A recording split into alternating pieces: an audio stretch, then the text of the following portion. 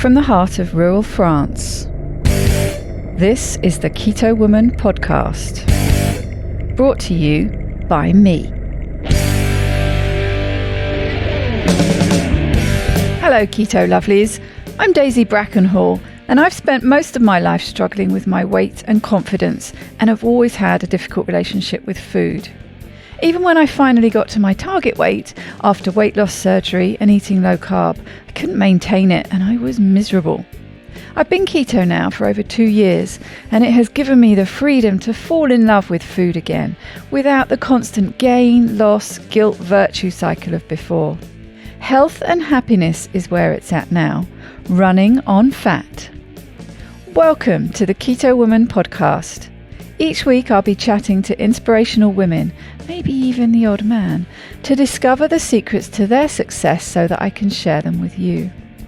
So what is keto? Keto is a way of eating that enables you to switch your body's main fuel source from sugar to fat. Who doesn't want to be a fat burner, right? But how do we achieve this? A great place to start is by keeping carbs under 20 grams a day. So things like leafy greens and above ground vegetables, plus some nuts and seeds and the incidental carbs you find in things like full fat dairy. Choose delicious fatty proteins and be free and easy with oily dressings on salad and butter on your veggies. Once you're in the swing of things, you can tweak it to suit you.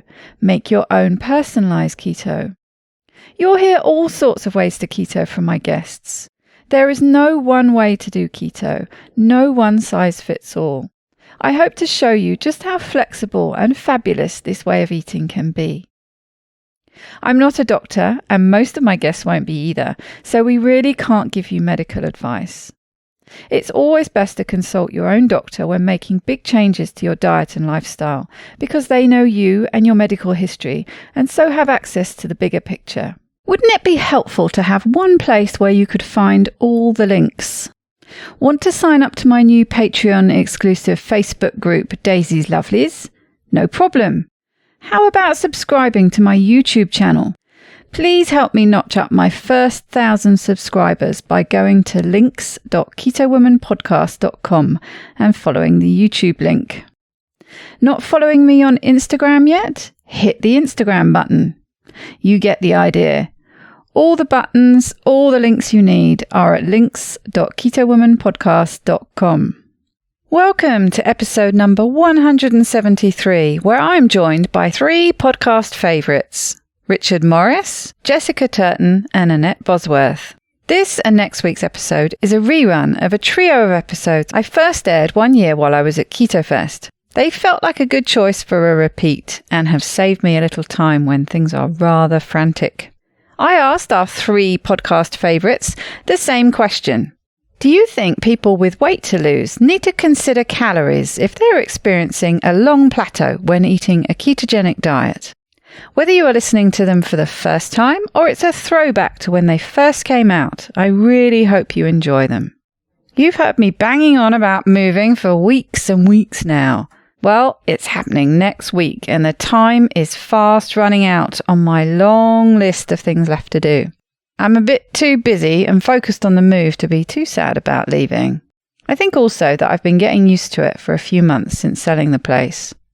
What I really will be sad about though, and I'm desperately trying not to think too much about, is leaving behind the many animals that I've lost while living here.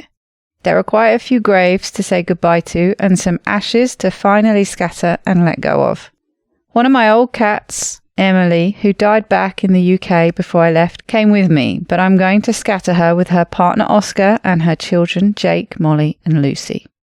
Daisy Doodlebug, that wonderful giant of a deerhound, will stay with her best pals Bracken, Gimli and Spike. I told you there were a lot, and that's not all of them. But I am going home. And I'm going to be by the sea. I've always wanted to be able to walk to the sea from my home, and that's what I'll be able to do. Once I've done my quarantine time, of course, and had 2 tests. I tell you, the hoops you need to jump through at the moment to move house are many. Still, there's a good reason for at least some of them, and it will be worth it. So, farewell France, and look out Blighty, because I'm coming home.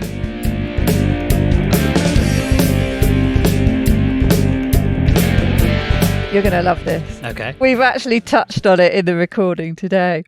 Do you think people with weight to lose need to consider calories if they are experiencing a long plateau when eating a ketogenic diet? So reducing your calories will guarantee to reduce your weight. It doesn't all come off body fat. If you're eating fewer calories than you need to be satiated, then by definition you don't have enough energy from body fat, and so you need to find energy from other sources. And there are two easy places that your body can get energy from, and it gets them approximately linearly.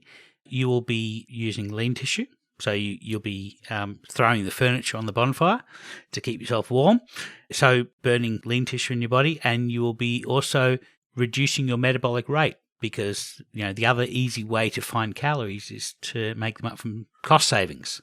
So you furlough a few processes like growing hair, growing fingernails, lots of things that are, these are necessary, but, if you didn't do them for one day, your body could probably justify doing that.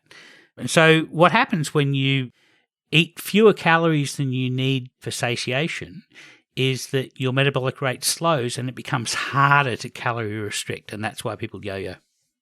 So, yeah, definitely having less calories will definitely reduce your weight. It's probably not the best way to do it, though. Exactly. And for women, something that often gets turned off is menstruation, of course. Oh, sure. Fertility, yeah. I remember somebody talking a while ago. They say your body's very clever and it doesn't think this is a healthy environment in which you should get pregnant. So it's going to turn off menstruation so that you can't get pregnant. It turns off fertility in men and women. It'll turn off your sex drive as well. That's a big old warning sign. Yeah. It'll lower your testosterone if you're a man, and it'll turn off your sex drive. Yeah. We don't want you to reproduce, thanks. You're not healthy. Yeah. Yeah, exactly. Yeah, there's definitely lots of cost savings that can be made. I mean, people can lose sort of 400 to 800 calories a day in metabolic rate drop just by putting pressure on the caloric intake. And the body fat can only release energy at a certain rate. It's roughly 31.5 calories per pound of body fat per day.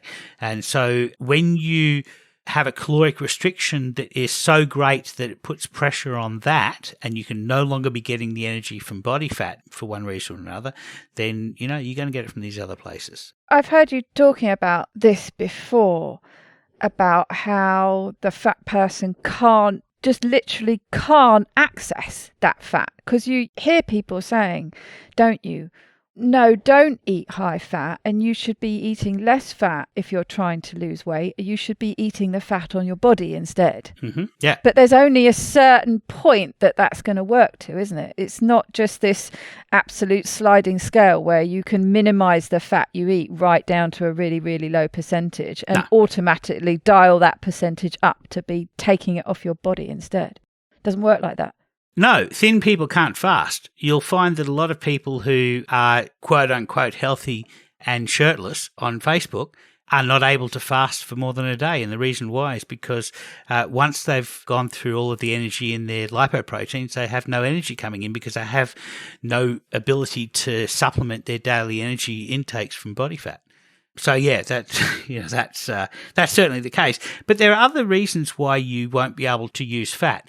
So I'm roughly, I have 20 kilos of body fat, so roughly 44 pounds. So I can produce about 1,275 calories per day. So that's not too bad. I mean, 1,200 calorie day, that's not too bad. So I can fast for as long as I want. But somebody who has, let's say somebody who has 10 pounds of body fat on their body, they can only produce 300 calories, 315 calories they can produce per day. That's not enough energy to be able to run your day. So that person is now going to be reducing their metabolic rate as much as they can. So they'll go from a metabolic rate of 3,000 down to a metabolic rate of maybe 1,200. And then how do they make the extra savings? They start burning lean tissue. So that's a really bad situation to be in. The other reason that you might not be able to use body fat is if insulin is high. There are people who, even though they've lost a lot of, 80, 70 pounds of body fat, they still have high levels of fasted insulin. Insulin has an effect, two effects when it comes to getting energy from storage into use. The first is that insulin will basically tell your fat cells we're going to concentrate on glucose now. So I want you to hoover up all of the lipids, all of the energy in circulation. I want you to get all of the fats out of circulation and store them. And I want you to pull as much glucose as you can also out of storage because we're focusing on glucose. So that's the signal that insulin gives the fat cell. So, if your insulin is high, even when you eat nothing, if your fasted insulin is high, if it's above 14, your fat cells are just sucking up all of that energy that they can, irrespective of how much energy you have available to you. And this explains the paradox of why the fat man is hungry all the time and has no energy to do anything. That's at the source, and then the other part is at the sink for energy. Insulin will prevent you from being able to get fatty acids into your mitochondria to be used for energy. And there's a bunch of ways that happens, but in a type 2 diabetic, in somebody who's hyperinsulinemic, they could have a 50-fold inhibition over a normal person in terms of getting fat from circulation into their mitochondria to be burned. This is part of the reason why people who are hyperinsulinemic have really high triglycerides, because they can't use fat for energy. It just pulls in their circulation. They can no longer store it in their body fat because their body fat is full to capacity, but they're not burning it. As soon as you drop insulin enough that they can burn their body fat or burn the fatty acids that are pulling in their circulation, all of a sudden their triglycerides drop.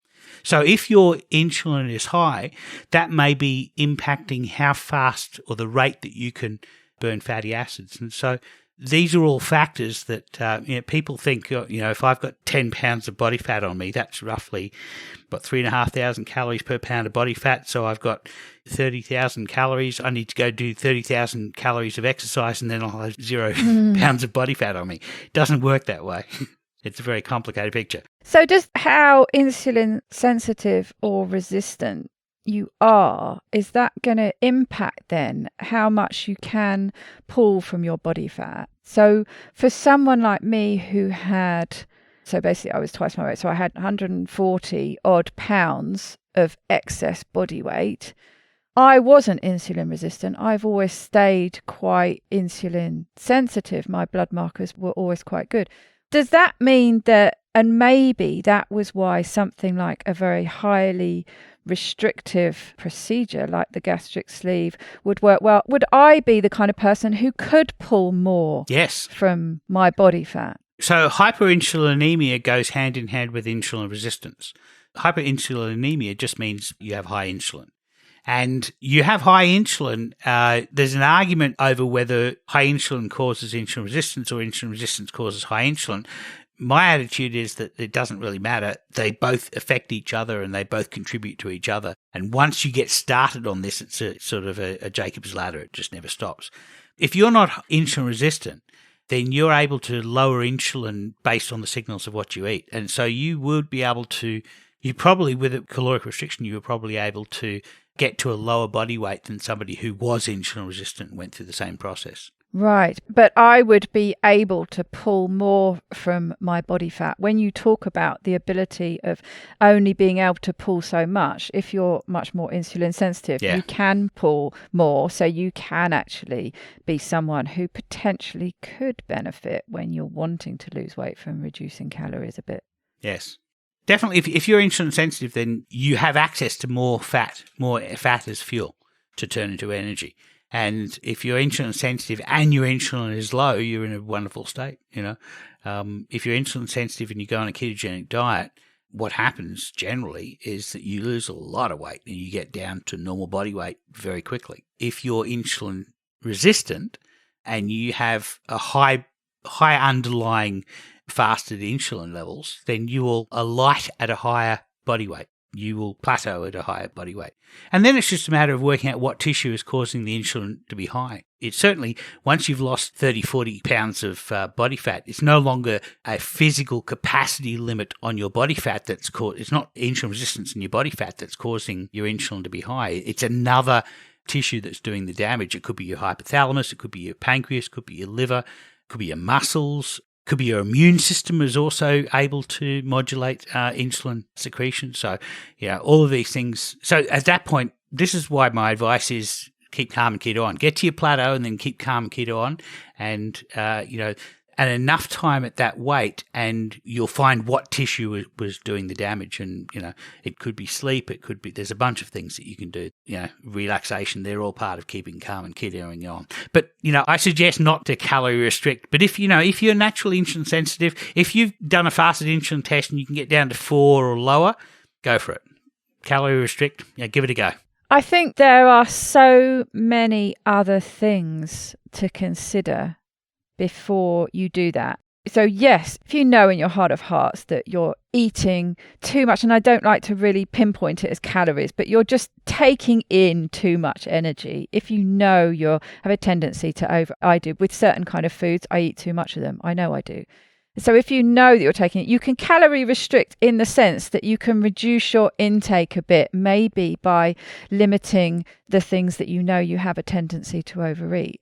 But going past that, no, there's more likely going to be something else that's going on. Yeah. And like you say, once you start reducing your calories too much, then you'll start seeing other things that happen. And that's certainly something that happened with me. And it's so typical in the weight loss surgery community that they should actually say, you are going to suffer significant hair loss between months 3 to 6. Right. And then it should start coming back months 6 to 9. But it's so typical. But it's interesting, actually, that it seems very typical in the keto community. Now, do you think that that's just a byproduct of natural calorie restriction because people often tend to end up eating fewer calories when they're eating ketogenically because their appetite goes down? Or do you think there's another mechanism going on there too?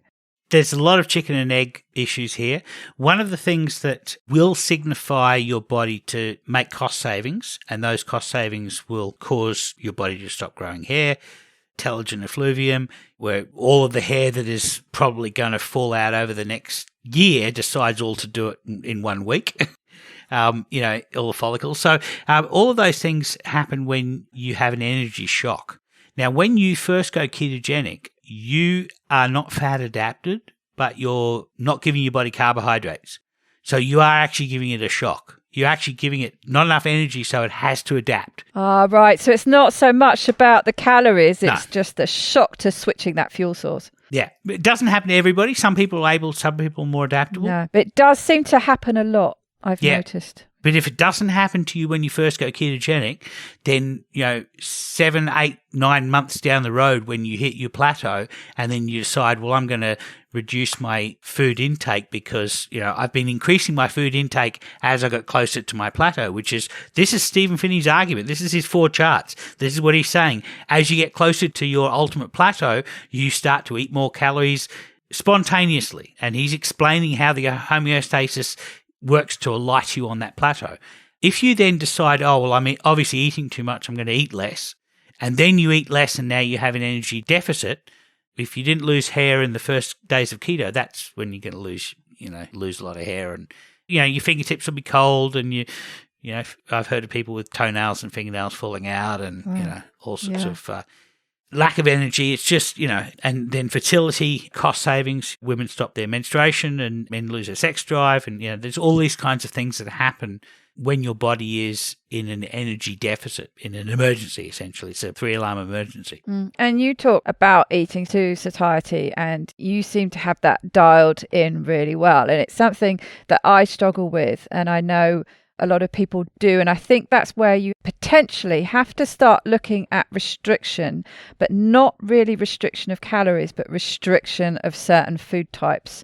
Because as soon as I dial in a stricter diet, which is not, and I've counted the calories, it is not low on calories at all. No. But when I stick very much, probably cut out things like dairy, things like nuts, nut flours, treat type things with sweeteners in, if I eat very basically and really nice and high fat, just protein and simple vegetables and lots of fat, I do find my appetite comes down a little bit, but those calories are up there. I doubt I come in at less than 2,000 a day. Yeah. But yet my weight will start coming down. So it is sometimes I think about being a little bit restrictive, but not actually with the calories, actually about different foods. I totally agree. We can be mindlessly eating food that has a little bit of carbohydrates in it, and if we eat too much of it, we could be eating more carbohydrates than we really know about. And so that's why if you're in that state and you want to work out what's happening, it's always a good idea to start a food diary so that you're mindfully eating, and that way you're keeping track of things. But, we tend to sort of fall into this trap as humans of trying to find magical molecules, or in terms of pills, these are magical molecules or magical foods that you can eat as much of and not gain weight. Celery has negative calories, so you burn up more calories chewing it, and so people eat. It's horrible stuff, But we tend to get into this situation where we think, there must be good foods and bad food. There must be magical foods that have a high satiety, and there must be foods that have a low satiety. One of the things that has the highest satiety is just getting enough fat energy. Is highly satiating. Or ketones, exogenous ketones are extremely satiating. And the reason why is because we have energy at the cellular level. So we're not energy deprived at the cellular level, because ketones we can get energy from no matter what our insulin status is. Another example is when I wake up and I've been fasted 3 days, I am satiated like nothing else, waking up, eating nothing. So where does nothing sit on the satiation index? Of satiating foods, nothing is one of the most satiating foods that I've ever had. But it's all in context. I mean, satiation is not an emergent property of food. It's an emergent property of humans in a particular context. And, this context is having adequate energy at a cellular level. And fat just gets picked on because it's so much more calorie dense. It's just a bit more than twice the calories of the equal amount of carbohydrates or protein, isn't it? So it always gets picked on, and you will see in certain groups, well, you need to start reducing your fat. Don't eat fat bombs and don't put fat in your coffee and things like that. And to a certain extent, I do agree with that, but not for the same reason. I don't agree with reducing it because of the caloric content. It goes back to the food group things. It goes back to making it a little less palatable. When you make it really palatable by adding sweetener to fat and making fat bombs and flavors and things like that, so it basically becomes sweets that are just delicious that you can pop for ages. If you just give somebody a lump of butter, and also actually to a certain extent putting it in a drink, it goes down in a different way. Yeah, liquid calories have a different mechanism for satiation. Yeah, exactly. But eating fat when it's attached to a pork chop, or, eating lumps of butter, you literally can't do. It's not that palatable, is it? I mean, it's palatable, it's delicious, but it's not palatable in the same way as when you've turned it into a sweet. You'd be surprised. There's a lot of people on the internet who think that there's a whole bunch of people out there drinking pure butter. Yeah, exactly. We're literally putting these sticks of butter in the coffee. I love that meme that has a stick of butter literally sticking out of a cup of coffee. And the first thing that I think when I look at that is, well, that's not a hot cup of coffee, or the stick of butter would be. Exactly. I like adding butter to vegetables. I follow Sarah Halberg's principle of never eating vegetables without some fat. Yes, making them palatable. Yeah, but, I don't eat a lot of butter. Although I did have hollandaise today. I made myself some Protein Bread Company pancakes, and I made little pikelets. So pikelets are about sort of like English muffin sized. Yeah, they're like squished crumpets, aren't they, pikelets? Exactly. And I had 2 of them for dinner. One had ham, a poached egg, and hollandaise. That was an eggs Benny. And the other one had spinach and salmon, poached salmon, and a poached egg and hollandaise as well. So nice. That was eggs Florentine. Eggs Florentine with what's it called when the salmon's on it? It's not a Royale I think or it's something? eggs Florentine. Oh, it might be Royale, yeah, because it's spinach. When the salmon's on there. Florentine is the spinach, but I'm not sure what it is when it's the salmon. I do eat a lot of butter, I have to say. I do eat a lot of butter. I love it in my scrambled eggs. I slather it on vegetables. But yes, it's all about the context for me. It's what you're mixing it with. Absolutely. I was intrigued, actually. I will let you go in a minute.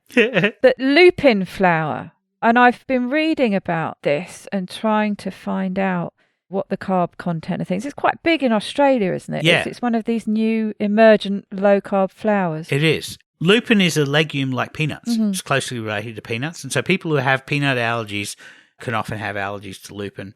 But lupin is a flour that's used in the protein bread pancakes I was talking about.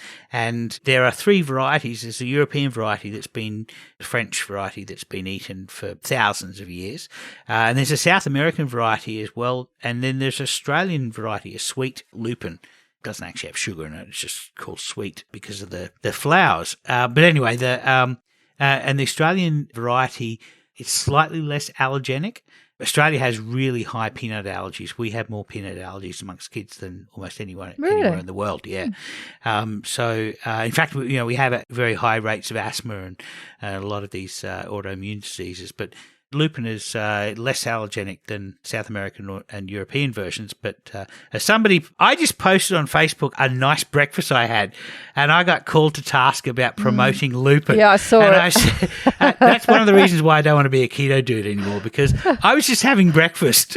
I wasn't promoting lupin, and I don't have a problem myself with allergies. And so, anyway, it was a delicious breakfast. It's reminded me, actually, I do have a jar. It cropped up in Lidl. It was Spanish week, so presumably they're Spanish lupins, but not the flour, but the actual lupins in a jar. I used to love tuna and butter bean salad. Ooh, and so nice. I'm envisaging making a similar thing with these lupin beans because they do seem to be very low in carbs. And I don't know what they taste like. They might taste disgusting, but I must crack open the jar and see what they're like. So I'm in the process of making some ham stock from all the ham we had left over from Christmas, and I'm going to use French blue lentils with that to make a ham and split pea soup using French lentils. French blue lentils? Yeah. What are they? So not pre-lentils then? What are blue lentils? I don't know. They're just the lowest calorie legume that I can find. Ah, interesting. They're quite low in, actually not low in calories, low in carbohydrates. Oh, I'd be interested to know. I've never heard of them, considering I'm in France. Pre-lentils are the things that normally crop up. Yeah. But blue lentils, right? I should be straight on Google now.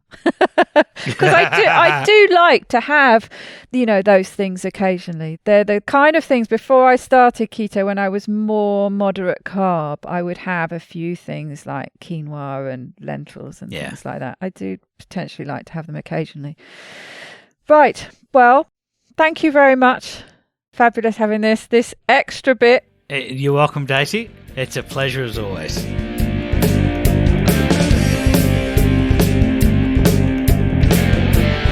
That dreaded word, isn't it? Calories. Calories. You know what? The answer is maybe. Maybe they do. There's a whole long list of things that we can consider when somebody is experiencing a weight plateau.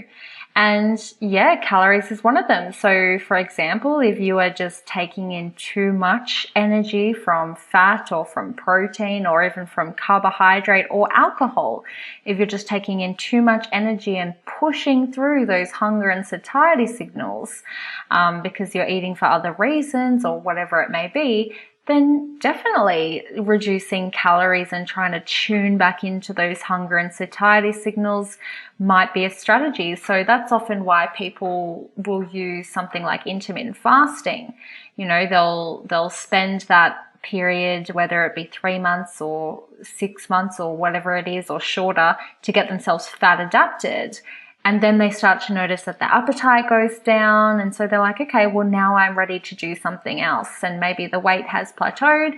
So then something like intermittent fasting, where calories are being either spontaneously or purposely reduced by reducing meal frequency or reducing the eating window, can certainly be effective. But I guess as well, there's so many other things to consider. It's very easy just to default to the whole calories in, calories out thing. But, a lot of people, again, they try the calories in, calories out thing and it doesn't work. So if it's not working, well, what else can we consider? And there's a few little things that I look at in particular when it comes to weight loss resistance or weight plateaus. And one of them is iron levels.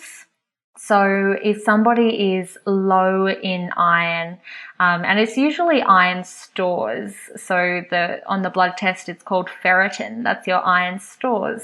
So if we're low in iron, Well, that means we're basically low in energy. So we need iron to transport oxygen around our body, and that's how we produce energy.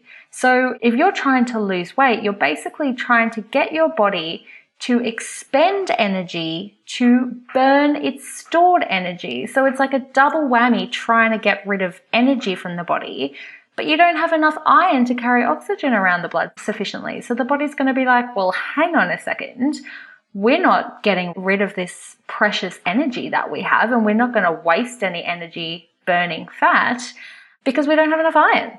And it's not like the body is consciously making that decision. It just can't do it.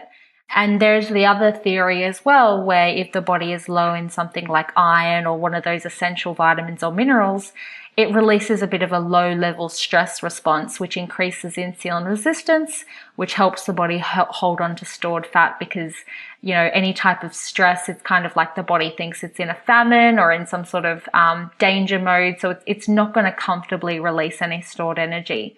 So iron is a big one, a massive one. And that's something I think people should check, especially women of childbearing age or people with gut problems. So if you've got any sort of gut issues like inflammatory bowel disease or IBS or something where your ability to absorb nutrients is hindered, iron is usually one of those things that's not absorbed very well in those sorts of people. And then other things too. So it could be magnesium. Inadequate intake of magnesium is very strongly linked to insulin resistance. So you could have the perfect diet in terms of your carbohydrate macros, carbohydrate, fat, protein macros, and you may even be eating low calorie, or you may even be in a calorie deficit and you're still not losing weight. And so magnesium is a huge one because if you're deficient in magnesium, essentially what that means is that the insulin signaling becomes less efficient. So you become insulin resistant. And then being insulin resistant actually makes you more deficient in magnesium because you use up more magnesium to make more insulin that you need. And so it's actually like a vicious cycle, whereas your body is making you more and more deficient in magnesium when you really need magnesium to get out of there and maybe restart weight loss or something like that. And magnesium deficiency is common. When I was going through my dietetics practice, I remember learning about magnesium and they just said to us, oh, you don't have to worry about this one because no one's deficient in magnesium. And I was like... I thought it was more a case of everyone pretty much. I was like, whoa. So we just don't worry about it? Like no one's deficient? Have you surveyed me? You don't know what I eat. You don't know if I'm deficient. Like how do you know? And I was just like, that's not right. And so I actually delved into it a bit deeper.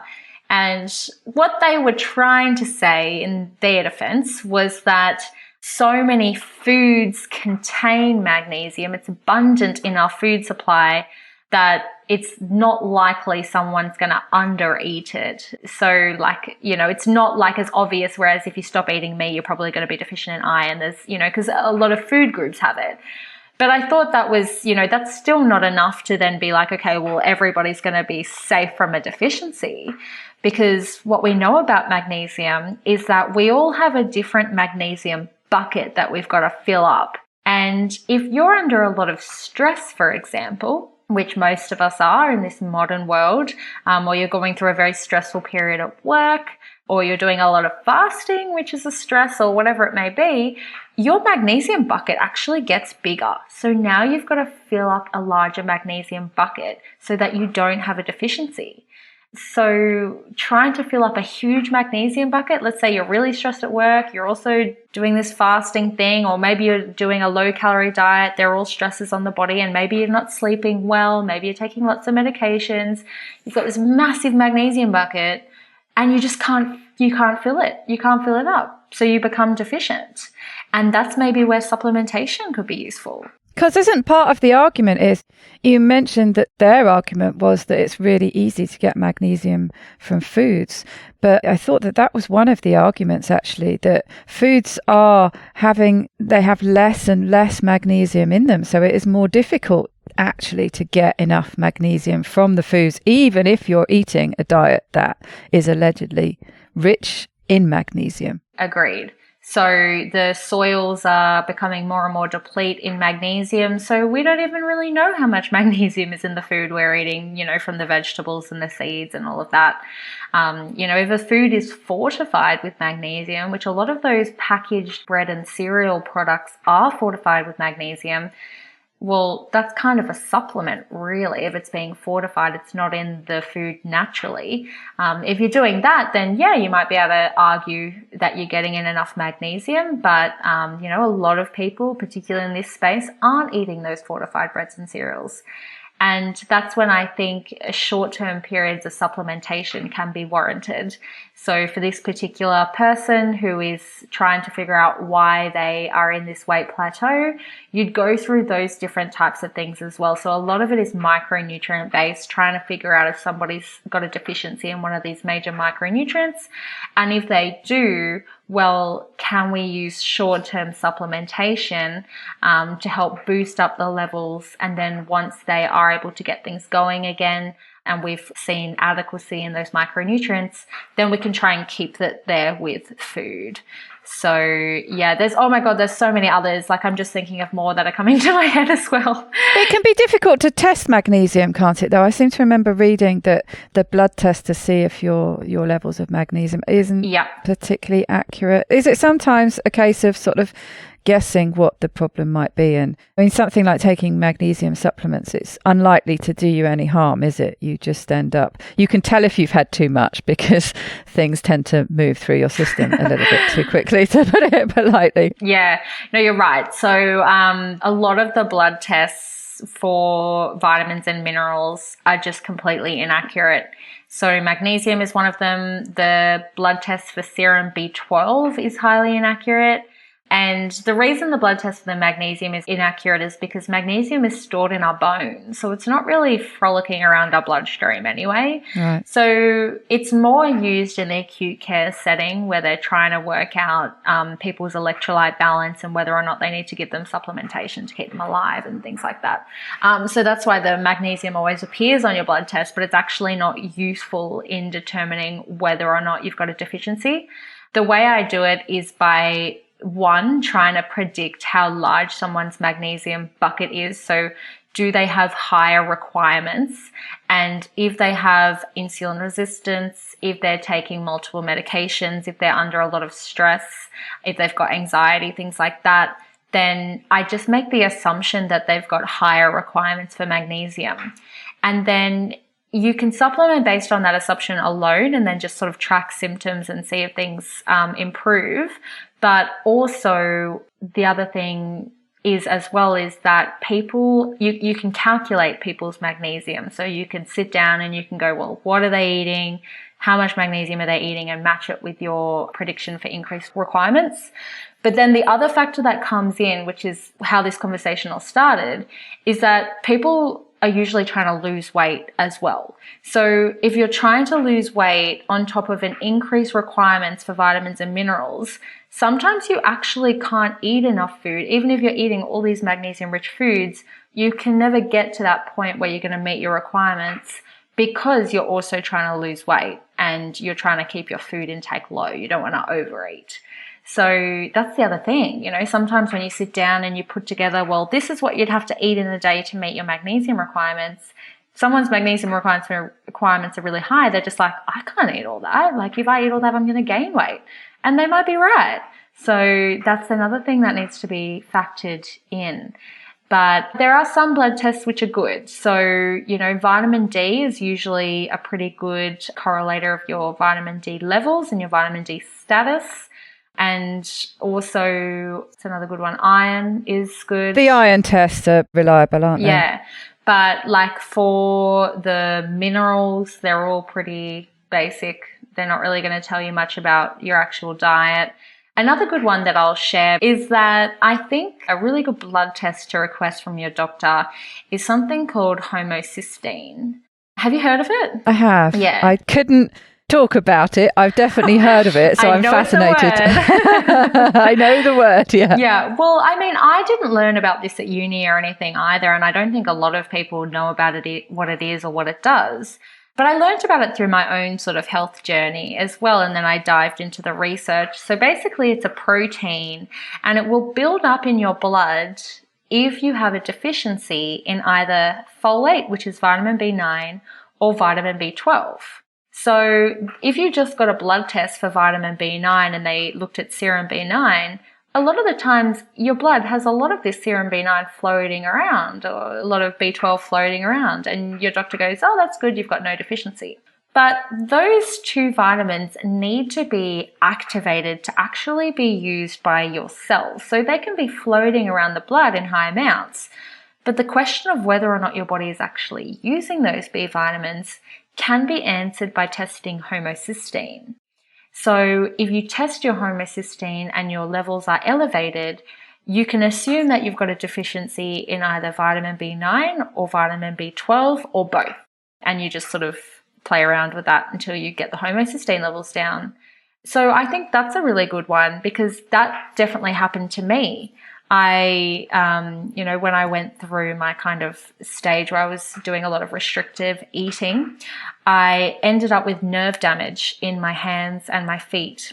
And all the doctors tested me for vitamin B12, because vitamin B12 is linked with peripheral neuropathy, which is nerve damage in the hand and feet.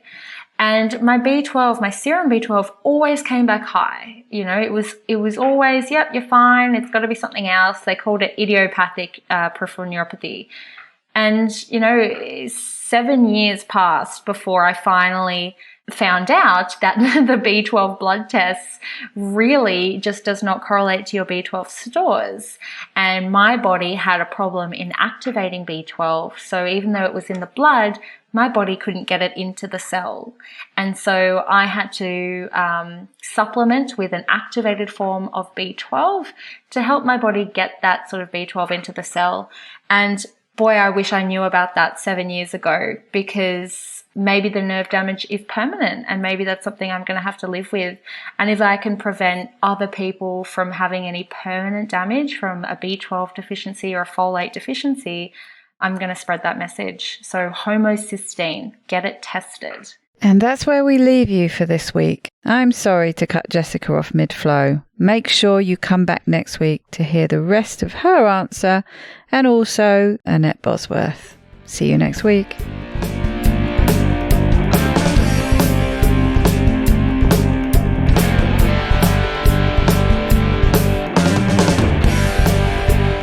To get the resources and links from this show, please go to ketowomanpodcast.com/episodes. Please share this podcast with as many people as possible by sharing one of my links or just taking a screenshot of an episode that you enjoyed. Reviews really help raise the profile of the podcast, which gets it in front of more people, but also helps me attract a wide variety of guests. So please take a minute to leave a review on whichever podcast app or platform you like to listen on. It doesn't go unnoticed by me, the people who regularly like, share and comment on my posts. Your support really does mean the world to me. Thank you. Are you enjoying this podcast? Help me make more episodes and videos by making a pledge at my Patreon page, patreon.com/KetoWoman.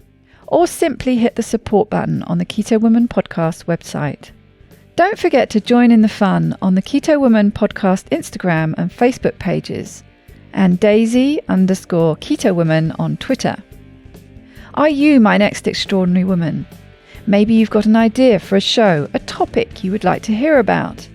Let me know how I can tickle your earbuds by dropping me a line at daisy@ketowomanpodcast.com. This week's end quote is from Mark Jacobs. Change is a great and horrible thing, and people love it or hate it at the same time. Without change, however, you just don't move. Bye-bye, Keto Lovelies.